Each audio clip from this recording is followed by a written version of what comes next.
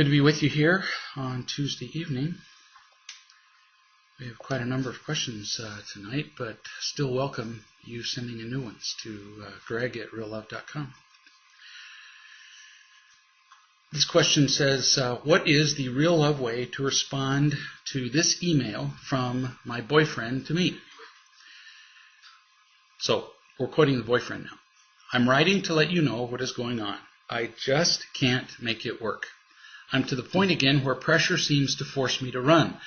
I just have lots of pressure that tells me I cannot make it work, and I'm just doing harm to you. This pressure stems from me and not anything that you have done. It comes from me and me alone. I just cannot get closer. I would end up making you extremely upset with me if this continues. I'm sorry, but I just can't. I just can't. Pretty clear message that he's feeling overwhelmed. And at least he knows the words, that it's not about you. Whether he believes that or not, I have no idea. But apparently the usual condition is that his life is overwhelming, which I believe is what he's telling you here, but that being with you makes it all the harder, which only makes sense. I mean, if we're having a hard time getting along by ourselves, and you add anything, having to have a relationship with a pet can become too much. He continues. No, you continue. We're done with his letter. This has happened many times. We've been together for 4 years. And then each time I launch into my getting and protecting. And eventually, after enough time, he calls or emails, and then we start again. So imitation love and getting and protecting behaviors have clearly been the order of the day for your relationship. Sure, almost certainly your relationship was founded on that from the beginning. And changing that can be pretty difficult. It's difficult for one person to change, much harder for two people to change at the same time, because there are all those expectations involved when you're in a relationship. But now you know that it's all about emptiness and fear, not necessarily about any particular quality of either of you other than emptiness and fear. So can that be changed? Well, certainly you can change your own life as you fill it with real love and learn to share it with others. But should you be doing this while you're in a relationship with him? Hard to know. We'll get to that in a second. You continue. Part of him does have the capacity to love unconditionally, but his younger brother died at 18, so he learned that if he loves anybody, they'll go away and hurt him again. Now, this is a real trick. Therapists just love this stuff. His father died or his brother died or whoever early in life, and so the rest of his life he's reliving the trauma, and it's all about the father dying. That's all really cute, and it makes a really interesting intellectual symmetry in our minds, but we're not that complicated. It's like therapists who say, well, you know, you had a really difficult relationship with your father, and so then you pick a spouse that you get to work out the issues that you'd wished you'd worked out with your father, with that person. Oh, please. We're just not that clever. We don't do little soap operas in our mind and then pick a partner. We do what we're familiar with. We just keep reenacting the same stuff because we're used to it. We attract the same people in our lives because, get this, surprise, we're the same people. So if we learned to trade imitation love with people in a certain way, we're going to only naturally attract people who trade in a similar way. So he is tending to blame this distance from you on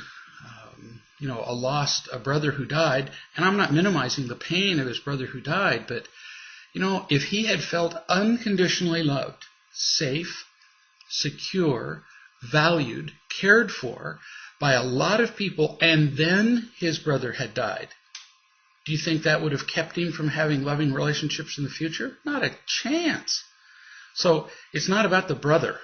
It's about the overall lack of love in his life. Now, with an overall lack of love in his life, then his brother dies. Would that have made it worse? Oh, yeah, sure. And it would have given him something to fixate on. Just like somebody who's not been unconditionally loved all their life, and then they're raped, for example.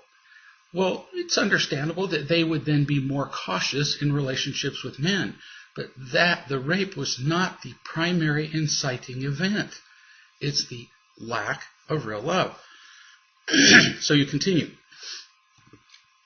When I look at some of the things that I wrote to him, I was so far off from real love that I wonder if there's any way to make it right. But then I remember one of your stories in a book where you were lost in the dark, cold, and you stopped, and in the next morning, the log cabin that you had been looking for was right there, close by. You couldn't see it in the dark. So I wonder if I did just a little bit more, I could make this work. You might be wondering how it was written down. It wasn't. I threw that in. So it might be worth one more real effort. But see, not just more effort. If you repeat attempts with the same skills, you're going to get the same result over and over again. So it's not trying more. It's not trying again. It would be trying completely differently. If you want to just do some little incremental modification in your relationship, you're going to get the same stuff. So first, are you willing to commit to learning to find unconditional love from people other than him and then bring that back to your relationship? And there's tons written about that in almost any real love book you pick up. Then you ask, is he willing to try differently, not just try again? That's death. And describe to him. You say to him, I've done a lousy job at loving you. I had no idea. I didn't even know what love was. So, clueless and stupid, I have pressed forward and attempted to make our relationship work, win you back, whatever, and it's been ridiculous. So now I've learned some principles that will enable me to become a more loving person and possibly make a difference in our relationship. Is that something you'd be willing to do? And if he says, wow, cool, that'd be just great, then it might be worth trying.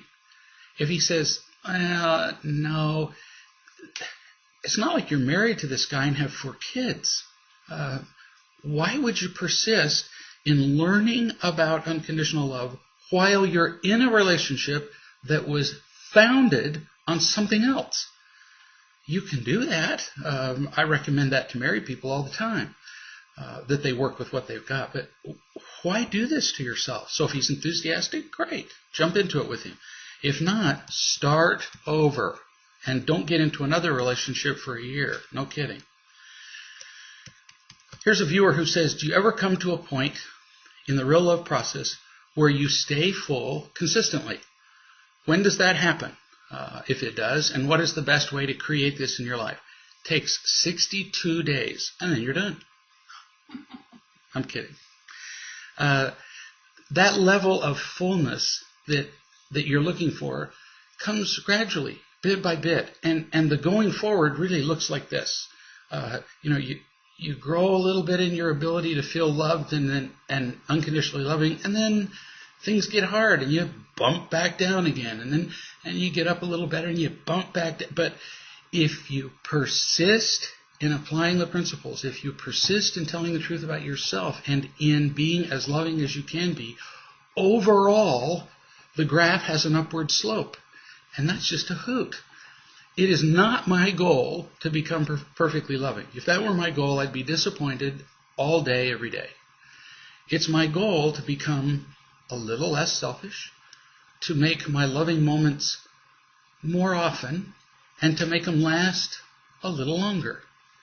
And I'll be darned if some of my little burps of unconditional love don't actually, as I grow, actually blend together. And then they become longer moments.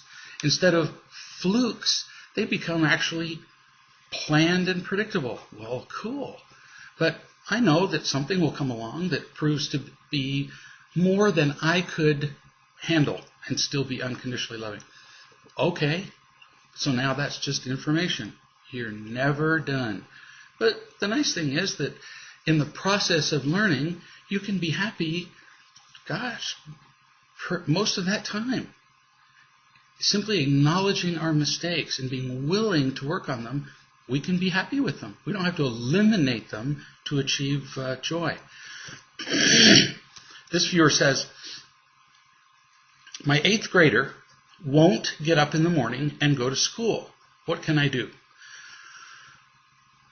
We tend to look for ways to force our kids to do things. So the first suggestion I would make is, if a kid won't go to school, something's wrong. Why not at least explore the possibility of asking him what it is? Why do you sit down with him and say, and you don't specify whether it's a boy or a girl, I'll just make it a boy for fun, and say to him, so tell me, I'm just asking. It's just information. And rarely do we ask our children just questions for information. We ask them questions like, why do you do that? We hardly even wait for the answer, and then we tell them why they should be doing that, or how they should be doing it. So ask them why. What do you hate about school? Well, I just hate it. Well, so do you hate breathing at school? Do you hate school lunches? Do you hate the teachers? As you go through these questions, you're demonstrating a genuine interest in him. And once he senses that, and you hit what's bothering him, he'll respond. Is it the teachers? Well means yes. And so then you have to explore which teacher. So, is it your history teacher? Is it your math teacher? When you're done, you keep going. So is it the other kids at school? Again, if they go, well, that means, keep asking me questions till you figure it out. It may turn out that the child is being bullied at school, for example, which is horrifying for a kid. Kids just hate to be bullied. The majority of kids at some time during their school career are bullied, and some of them persistently so, and it becomes crippling to them. They just hate being alive. It has been discovered that this is probably the principal reason that these kids have gone to school, high school and college, and killed their classmates. Very painful thing. So first you want to find out why. And if it turns out that there's no particular reason, like you say, well, so is it that you'd just rather stay home and, play video games? It may turn out that it's just flat, old, plain laziness. That might be the case. Now, if it's bullying, that's a whole approach that we're not going to do right now. But let's say that the kid's just lazy. Then you say, well, if you don't want to do what is the responsible and required thing to do, you really could only have learned that from one person, me. If you, for example, have not been diligent about teaching a child the importance of responsibilities around the house, if the kid pretty much does what he wants and you respond by saying something, 10% of the time, baby, you taught this kid that he can be as irresponsible as he wants and not have to go to school and, tough. So most of the time, it's the parents that are responsible for children who have an attitude like this, almost every time. Then you talk about why is school required? Because education is not optional. This isn't one of those things where you can say, it's not like, well, do I want to take ballet? Yes, no. Okay, you have a choice. You want to play the piano? You want to play football? All choices. Going to school is not a choice. Not having an education in this society is almost like sentencing yourself to prison ahead of time. You're doomed. So you don't have a choice. And it's because I care about you that I'm requiring that you go to school. Not just to do it my way, not just because the school system says so, but because you won't be happy. And when you're jobless and miserable and homeless, and you come to me and say, oh, Mom, I hate this, all I'm going to have to tell you is, well, dang, wish you'd gone to school. So it'll be too late then, which is why I'm telling you that it's required now. One big mistake parents make is they describe things that are required as though they were optional. Well, now, you need to go to school. Do you hear my tone of voice? It's like I'm pleading with the kid. Well, please go to school so that my life isn't inconvenient. When a kid catches that tone, you're done. Oh, no, you have to go to school. They're are no options. Now, let's say that the kid refuses. So now what do?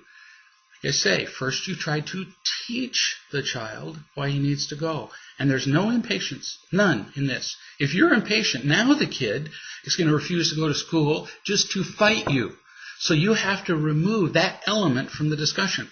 So now if he refuses, you talk about consequences. We had one of our kids say, I'm not going to school. And I said, okay, no problem. The child looked at me like, what? And I said, I'm glad to have you home. I have so many things here at home that need to be done. I'm thrilled that you have chosen to spend the day in my service.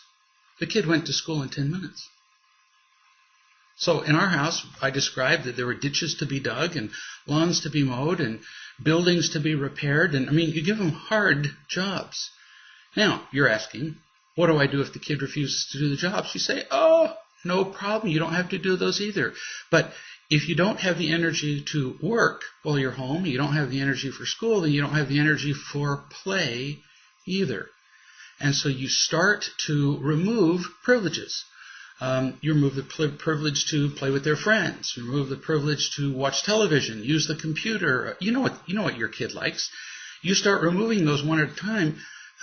They don't like it. And you say, oh, well, I'm not trying to take these things from you. I want you to play on the computer, which is very baffling to kids. It's hard for them to fight you when you're saying that. I want you to play on the computer. But just like in life, you have to work before you play.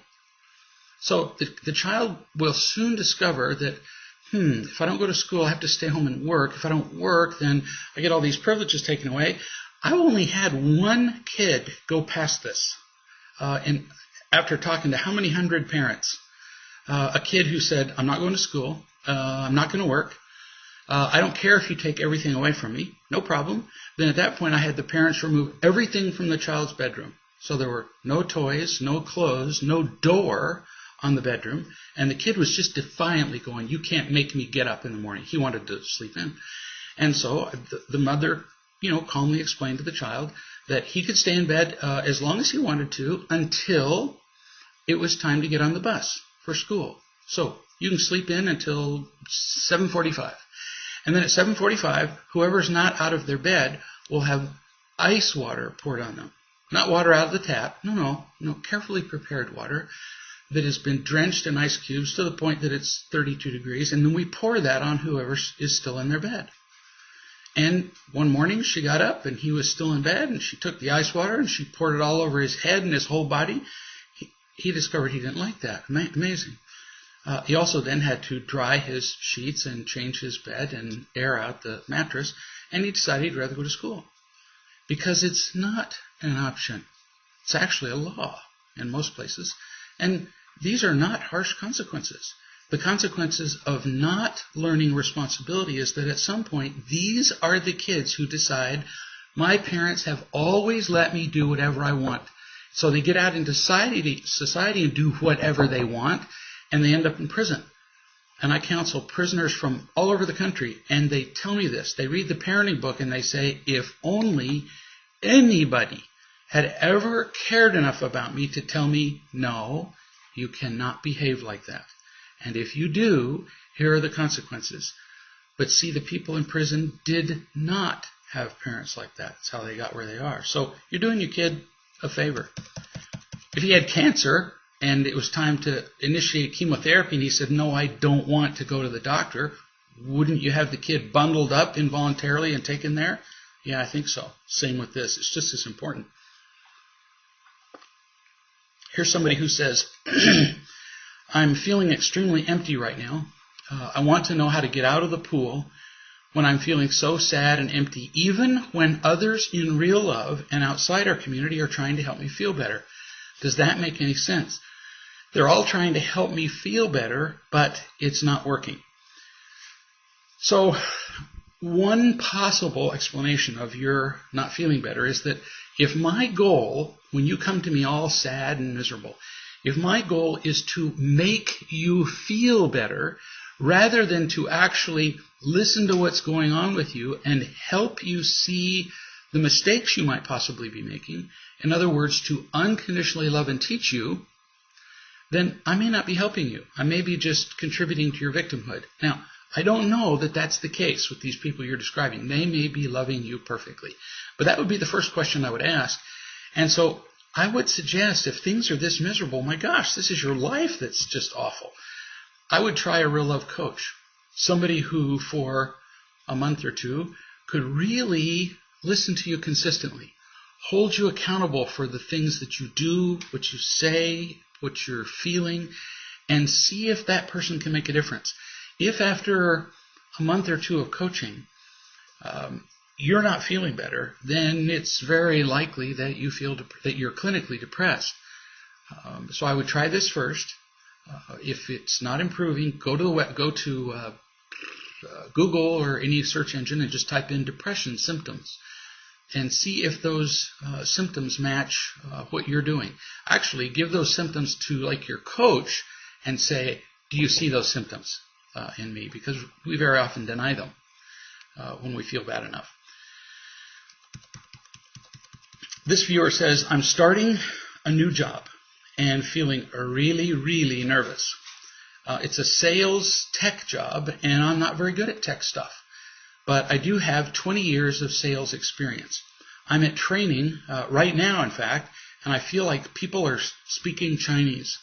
Any ideas? Well, first, are you in China? No. But ask questions. Most of us have been taught that it's wrong to be stupid. It's wrong to not know the answer. Ask any public school teacher, well, private too. They ask a question. Half the class knows the answer, but they all sit there with their hands, sitting on their hands because they're afraid to be wrong. They're afraid to look stupid. They're afraid to be laughed at because then they won't be worthy of praise, acceptance, affection, love, essentially. So we're afraid to look dumb. My guess is that that's just merely paralyzing you. So I suggest that you find somebody who does know. One of the other members of the class, the teacher, somebody knows the answers to these questions.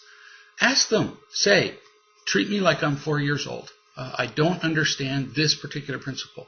On the whole, people really kind of dig knowing stuff. In fact, many of us kind of brag about it. You know, oh, I love it. I'm an expert in whatever.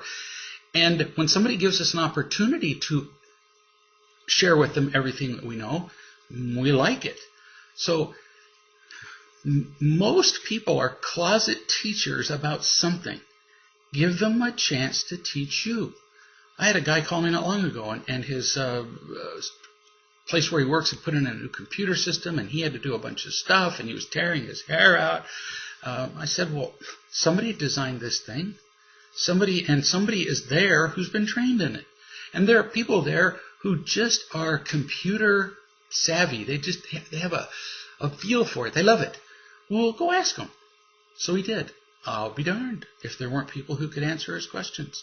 Now, instead of looking stupid and isolated, and when the time comes up when you're supposed to know something looking like an idiot, now, as you express your ignorance in the beginning, you look team-minded, you look unselfish, you look willing to learn and sacrifice.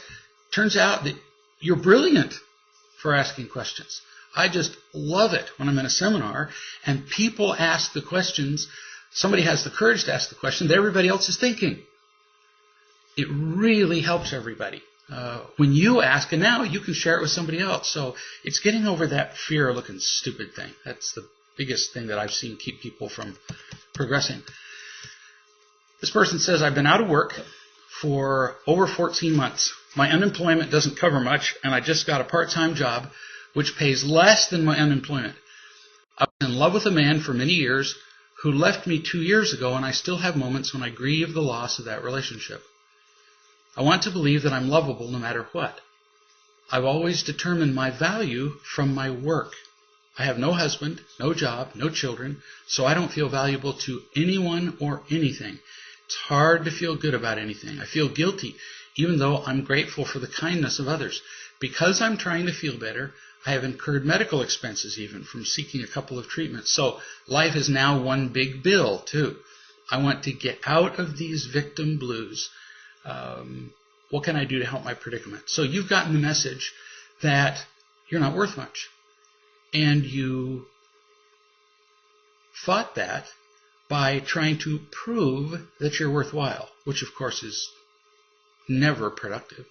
I mean, you can get people to praise you for a few minutes, but that's about how long it lasts, and really doesn't contribute to your feeling of inherent self-worth. It may make you more socially valuable, financially valuable, but you don't feel more worthwhile because you can do something well. You just temporarily get a little, snippet of praise.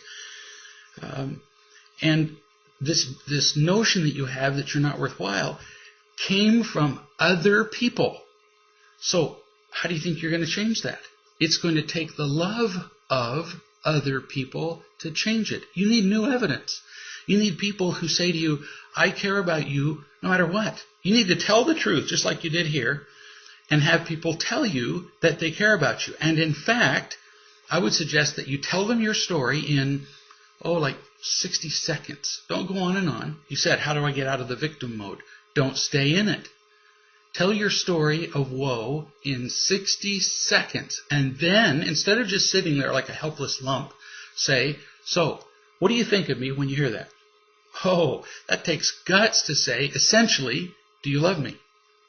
Now, some people won't know what to say. But there will be some people who say, sure, like, duh. Just by that nonchalant answer, it shows you how easy it is for people to accept you. All these other things are just minutia. They're details. It's just stuff that's happening to you and decisions you've made, some good, some bad. You need to feel loved completely independent from all these things you've done. And the only way to accomplish that is to experience it. So you're going to have to stick your neck out, describe yourself, and allow that people might love you.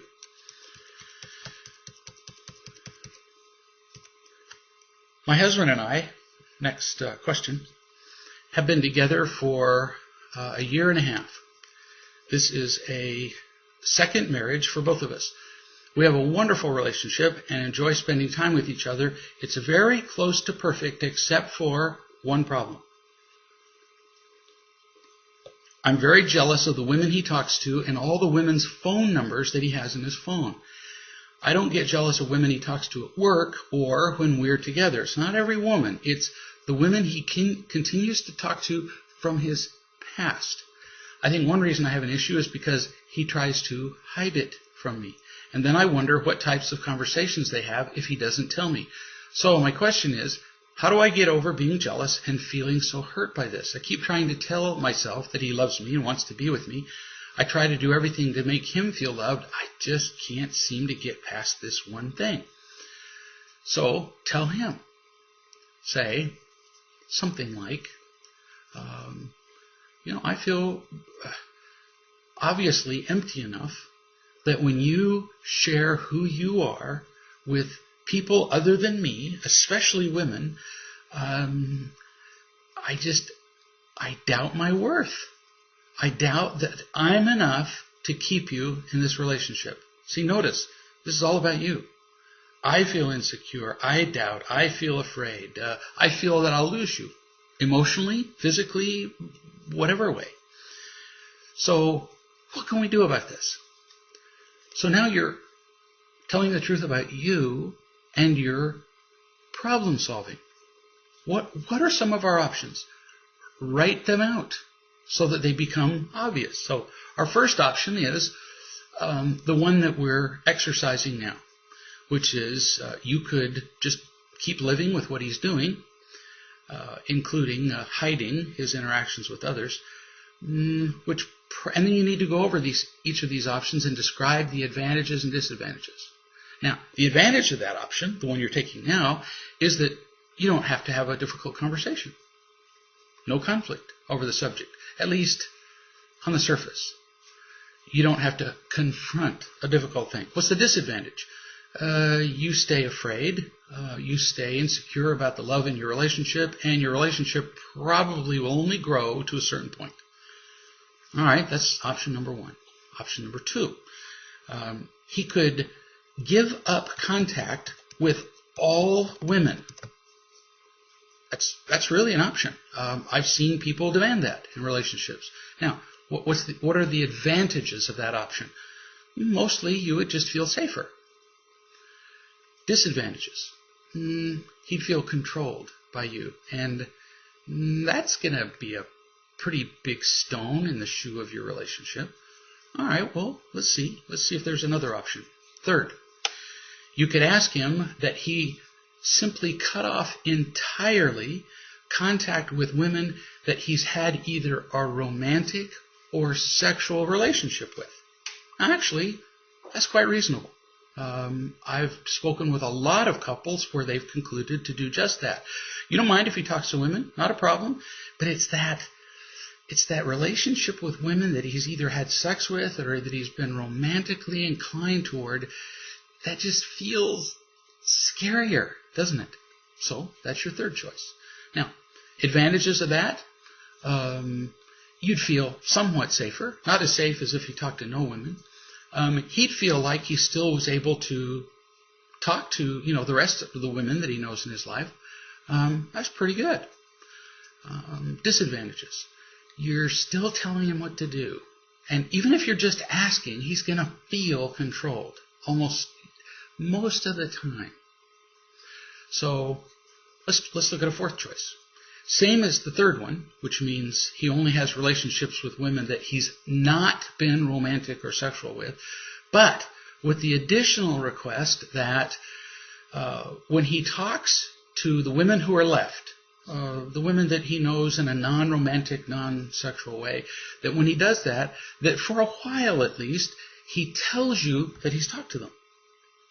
And if you ask, he would tell you what you talked about. Or, and this is kind of an amplification of this, that if you wanted to see his texts or emails or whatever with these women, he'd be willing to show them to you. In other words, just be open. That's all. I talk to women all the time, like every day. And while I'm talking to a woman in person here in the house, Donna can walk in and interrupt what I'm doing and either just ask me a question or whatever, anytime she wants to. She did that the other day. She can read my emails. She can read my texts. My contact with every woman is because she allows it. I'm not going to have association with a woman and have it interfere with the love in our relationship. It's certainly not worth it. Now, you can't demand that of him, but you can describe it as one of the options. So 4 options that I can think of. I'm sure there are more. Those are just what come to me at the top of my head. And then work through it. See which option you could both live with the easiest. And it would be, if he's willing to live with any of these restrictions, explain to him that it would be an unconditional gift that he's offering. That if he can't offer, that if he offers less, you have to be willing to accept that. It's not a gift if you fight and claw and demand more. See how that works. Here's a viewer who says, here's my situation. My husband and I were talking last night about our lives, and he was honest with me, and he told me that he has an ex that part of him feels that he needs to apologize to. This is actually quite understandable. The older we get, the more mature we get, because it's not just time. It's with maturity and perhaps a greater understanding of real love, we realize that many people in our lives we've treated worse than we realized at the time. And so, gosh, it's actually very cleansing, very moral, very loving to tell those people, hey, I was a real butt with you. Now, why is that important? Because with many people, until we say that, they assume that what went wrong with the relationship is disproportionately their fault. So we can often relieve them of much guilt. But the biggest reason to tell somebody we've screwed up is because it frees us from the burden of feeling guilty for what we've done. Because all we can really ever do is admit to somebody that we made a mistake. We can't, bleed ourselves dry for it, pay for it. All we can do is tell the truth. So it's actually a potentially very healthy thing that he's proposing. He said that the last time, he talked to her, which was 9 to 10 years ago. So, wow, he's hung on to his guilt for a while. He said that he was cruel and unkind. They had dated for about 6 months, planned on getting married. Then he moved away to his hometown where we live now, different state. In fact, she was all ready to go and move there. And, man, they just had marriage all planned. And then, poof, he disappears, which apparently hurt her. Yeah, I'll bet so. So here he essentially let her believe that they were going to get married. He disappeared. That would have been quite a blow to her dreams and expectations. Then you continue. He told me that it's only about 15% of him that wants to contact her and apologize. I just don't usually see numbers that specific, as opposed to 15.4%. But that it gets higher, more of him wants to apologize when he's feeling depressed and begins to think of things that he's not proud of. So he looked her up the end of September 2009 because he told me he was curious and had kept this a secret from me. I had found out because her name popped up in Google when something was being looked up. I feel insecure about this woman and threatened by this part of his past. I was concerned about her wanting to come back into his life. And he agreed that that might be a possibility. In other words, her desire to come back into his life. Is there a helpful way to move on from an incident in the past where you've been really hateful and mean to someone besides having to draw them back into your life? There's obviously a draw to this woman if it's still haunting him, and I want her ghost to go away. So the more that we're bothered about things in the present, the more we're dissatisfied with how we're living, the more that the things in the past tend to bother us. We can only take, a certain amount of pain in our lives, and if we're already in pain because of our present, anything from the past will tend to bother us more. Also, my point being that you might consider at least talking to him about how happy he is in your marriage, and do whatever it takes to work on that, to be making it stronger in an ongoing way, not just because of this, but all the time, like, reading Real Love and Marriage together or whatever it takes. Second, if he's bothered, it is worth addressing. Whatever bothers us has just this poisonous effect. So here we have all these things we're grateful for, and if there's something that we feel guilty or mad about, it can just sap all that joy just completely out. It can just negate everything. But it's not worth threatening your relationship for. So talk to him, just like we were talking about the example of the woman who was feeling jealous about women that her husband was talking to. Talk to him about how you're feeling insecure and unsure, and how can you work out a solution that would work for him, but where you wouldn't necessarily feel threatened. This is something that you work toward. It's a problem you solve, as opposed to a fight you have. So you explain your own fears, and you say, well, so would it be possible if you just wrote to her and explained how you'd made mistakes in your relationship, and you don't need a reply. In fact, you'd really prefer not getting one, except for perhaps a reply that says, I got your message. That's all.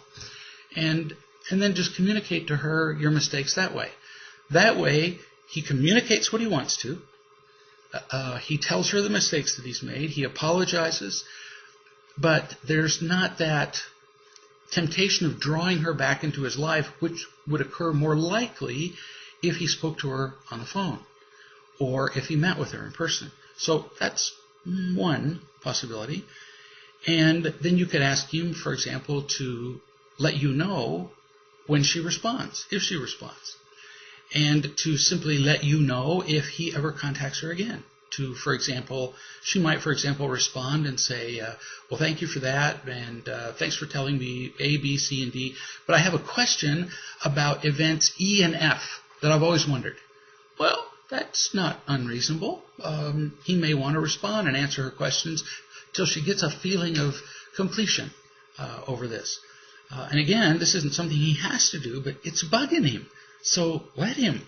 And then just go over how he can do it and you not feel left out. And this would work. So you want to be informed about what he's doing, but because you care about his happiness and the joy that he would get from releasing this burden, remember, it's always about love, it's not a technique, then you're not going to control him. You just want to be informed, and then you'll feel, that way, you feel safe, and he feels unburdened. Everybody wins. That's what you're looking for, is where people feel cared for, where everybody does. Now, that may mean that you'd have to have a little faith in him to contact her. But see, if you try to control any possible infidelity by, for example, keeping him from contacting people from his past, he's going to feel controlled, and you are not going to like what that introduces into your relationship. Here's, let's see, I'm going to make a comment here. We'll get back to that in a minute. This viewer says, I've been in a relationship with my fiancé for 2 years. Now, you may not have wanted this particular commentary, but right there, I would stop and say that there's probably something wrong if you've been engaged to somebody for 2 years. I mean, if you've been for 2 years with a boyfriend or a toy or a hobby, okay, but you've been with a fiancé. I mean, fiancé means engaged. And engaged, most people forget, is shorthand for a longer phrase, which means engaged to be married. How could you be engaged to be married for 2 years? The indecision that reflects is huge. It'd be like me calling you and saying, I've been packing for 2 years. For what? Where are you going? Are you moving? Are you going to Europe with lots of luggage? If you're engaged to be married, there's like a goal. And 2 years that's a long time. So there's some indecision reflected right there, either on your part or his or both. Then you continued, in the last 6 to 8 months, I've been unable to leave the house because of severe allergies that prevent me from being around colognes, perfumes, hairspray, and so on. And I fear that my fiancé is getting bored with this. If I truly love him, I would let him go and find happiness, right?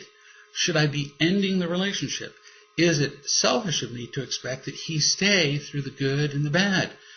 Well, honey, you don't have to make a decision like that. You don't have to decide. Notice, he's hardly involved in this. You're making all these decisions on your own. Stay with him, leave, tell him to go away, expect this of him. And it's important you hear what I'm telling you here. You're not seeing him in here. This is all you that you're talking about. What should you do? Well, if you guys are engaged, what about talking about it? I mean, why not just tell him? I just feel kind of worthless. I mean, here I've been cooped up for 6 to 8 months, and I'm kind of an allergy cripple, and I feel like I'd be a lousy partner. This is kind of who I am right now. I don't know if this will continue forever. Maybe I should be doing more to get at the root of my allergy problems. I don't know. What do you think? What do you think of me as a burden? What do you think about solutions to my problem? What if the two of you were to talk about this together as partners? Start behaving as partners. It doesn't just suddenly happen when you get married. And discover what he thinks, what he wants, what he feels. Ask him.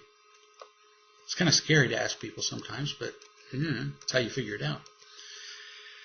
This viewer says, my son will be 12 in August. He's afraid of everything. He's afraid, for example, to turn on the water for his shower and get in without me in the bathroom. Some people just want to know, for example, many people have only raised one son or only had one child, so how do they know what's normal? Not normal.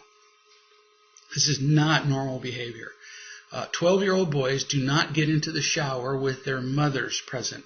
They don't do it. So start with that. They need to be more independent than that by the time they're 12 years old. Actually, far more independent. So something else is going on here. Now, I'm going to hazard a little bit of a guess, but it's really not much of a guess because I've seen this many times. But my guess would be that he's probably being what I call mothered to death. So he's got a mother hovering over him, and that means you, supporting him to the extent that actually you're killing him. You're making him not independent. So I would ask you questions like, for example, does he ever sleep with you? I would bet you whatever's in my pocket that he often does. No, not when you're 12. You don't. You just don't do it. You got to learn to be more independent than that by the time you're 12. When you sit down together, do you have him sit unusually close to you? Do you ever say, come over here and sit with mom? Bet money on that too. And then sit with him with your arm around him. Now, mind you, there's nothing wrong with putting an arm around a child. But when a child is being summoned over, sit by mom, snuggle up to mom, let mom be touching you all the time, what the child learns is, that's the only time I'm ever safe, is when I'm being hugged and smothered and petted and told what to do, and mom is there when the shower's on. One of our biggest goals is to love and teach our children to the point that when they get old enough, they just seamlessly make the transition into the world, and they're independent, responsible, and loving. Oh, that's not going to happen if we're there facilitating every tiny little step that they make. So what happens is, independence is learned, and we have to be facilitating it all the time, step by step. Imagine a nest in a tree that is filled with 8 adult eagles. What would that look like? That would be like a comedy routine, wouldn't it? Because every mother bird knows that as soon as possible you kick the kid out, and the kid will learn to fly, and that's how it goes. As adult parents, we go to shield, protect. Our goal is to eliminate any possible pain from our children's lives. That's a terrible goal. And yet, parents will say that with tears streaming down their faces. I just don't want him to be in pain. Well, then your kid's dead. Pain's how you learn. Pain is the information that tells you that something is potentially harmful, that maybe you should change your course of action. So if we remove all the pain from their lives, where do they learn? They don't. Then they get out into the world and they spend their whole lives going, where's my mommy? And I've seen this many times. I've been a scout leader for years and years, and every once in a while we'd get a scout, who is 12, 13, 14 years old, and you take them on the first camp out, and there we are out in the middle of the wilderness, and the kid goes, I want my mommy. And he's not kidding. And he's sobbing. And it's because he's been mothered to death. We've got to get him out on their own. You continue. He's afraid of monsters coming out of the shower head and up the drain. Forgive me, because I've seen this many times. And to them, these fears seem reasonable. He's afraid to go in his closet. He's afraid to go into parts of the house where I'm not. I've tried talking and tricking and everything I know. See, you're begging the kid to do things. On the one hand, you're saying you need to go do these things, but on the other hand, you're mothering him, over-mothering him. What do you think he's going to listen to? He's going to listen to your behavior. He's going to think that he has to be close to you to be safe. I've given consequences. He says that he's afraid. And facing his fears isn't making them go away. That's because he's not really facing them. You keep standing there, semi-holding his hand. As soon as he comes out of this horrifying room, you're there to go, oh, are you okay? And then you continue, I remember having fears, but I don't remember anybody helping me through them, so I don't know how to help him. Right. That's why I'm laughing at how common this is, now paralyzed we get. But of course you do this. You never saw healthy helping. You saw controlling. You saw protecting, demanding, manipulating. when your own parents controlled you to do what they wanted to, and then ostensibly on occasion they'd say they were doing it for your own good, that's my favorite, then you learned that you had to do everything that they wanted. Without meaning to, you're doing this with your kid. So you're telling him you have to do this, and you have to do this, and so the kid just sits there waiting for the next thing you tell him he has to do, as opposed to just figuring it out. The kid needs to be left alone. You need to go someplace, and the kid needs to be by himself with a babysitter. He needs to go on over to other people's houses and spending time and learning to be away from you to learn that he'll live. And you do it with a really kind of nonchalant, this is what we're going to do. No punishment, no trick. And see, the instant that you describe something that he needs to do independently, if you show any concern on your face, like, oh, you'll be okay, what are you telling him? Your words are going, you'll be okay, and your mouth and face are going, oh my gosh. And so what do you think the kid hears? Oh my gosh. Our words and our affect don't match. And so kids pay attention to how we feel. A great part of you almost certainly enjoys having him with you. And kids can feel that. When a mom says, oh, come over here and sit by mom, come over here and give mommy a kiss, the kid learns that he's indispensable to his mother's happiness, that it's a mutually kind of pathologically supportive thing, and he doesn't know how to get out of that. Kid needs to feel like you're going to be just fine when he's not there, like as in, get out of here, in fact. Go do something on your own. I need to be by myself. They need to hear that. We started leaving our kids alone with a babysitter from birth. And every once in a while they would be sitting there at the door, at the screen door. Kids are great at this. And they'd be screaming, sobbing, snot running down their faces as we were leaving. Oh, Daddy, don't go. Please come back. It's enough to tear your heart out. And I would have to tell myself, this is just a thing. They're going to be done with this in 5 minutes. We'd leave. They only did this a few times. We'd come back and say, how long did the sobbing continue? The babysitter would say, I don't know, about 3 minutes. They don't miss this nearly as bad as we think, or, frankly, as bad as we'd like. You continue, I'm afraid that I'm keeping him from growing. Yeah, honey, yeah, you are. And so if you need to get the advice of more real love people about specifically what kinds of things to do, I'm sure they'd be happy to give you some. He's got to be on his own.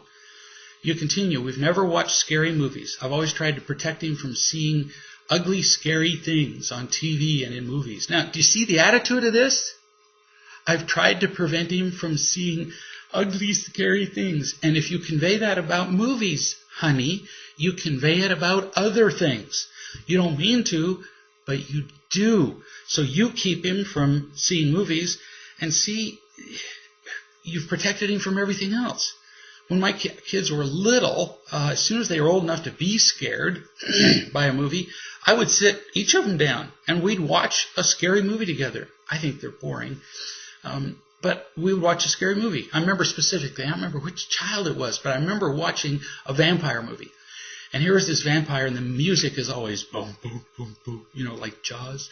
And here's this vampire climbing up the wall of the building, with blood dripping out of his mouth.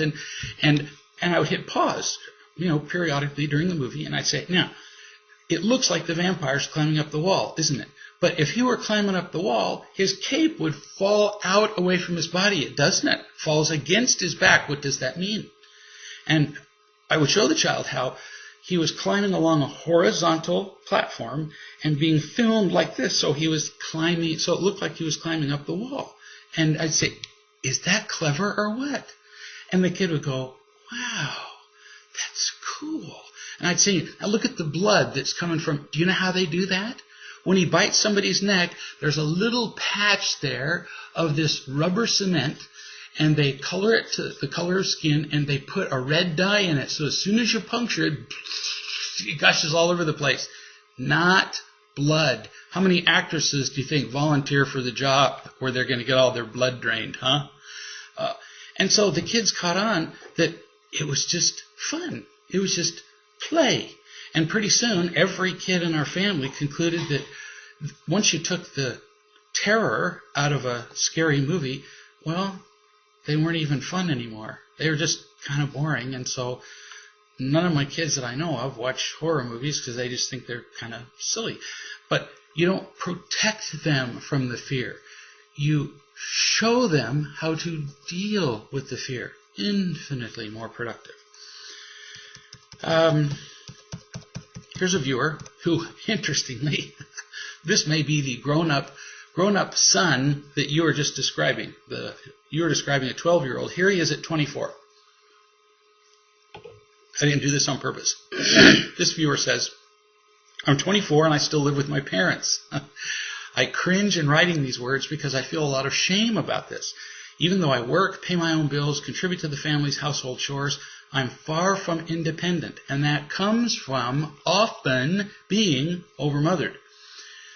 There are a few excuses I still give for being at home, health issues, medical coverage that I get through a local hospital, trying to save money, blah, blah, blah.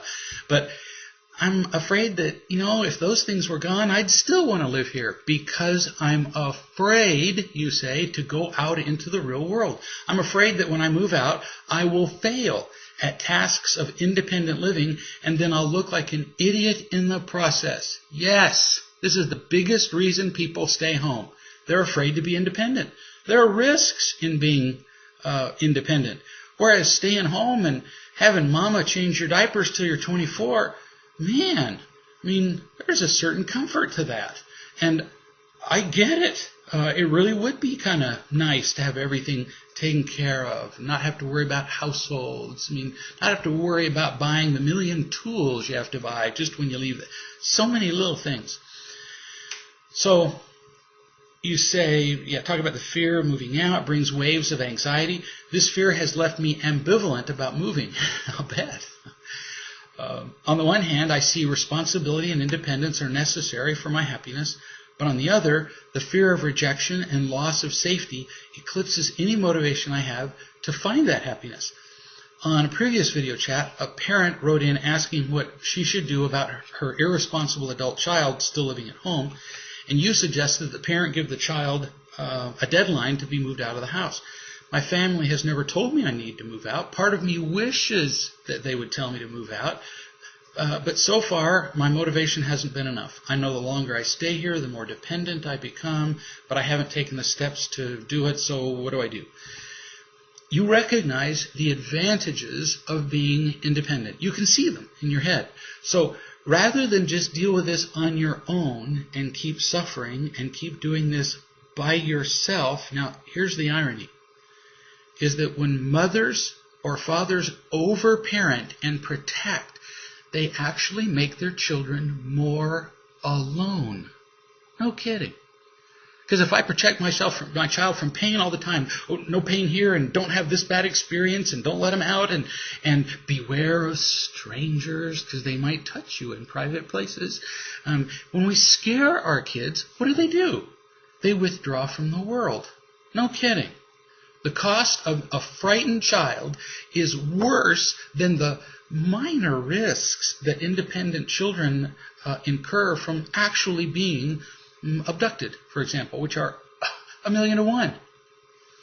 So here you are trying to do all this on your own. Well, don't do it. Talk to some people in the real love community and say, I want to be independent. And tell them, I need help in setting a goal for independence for myself. And it needs to look like this. I need to have a job that would sufficiently support my independence and give me enough income by blank date.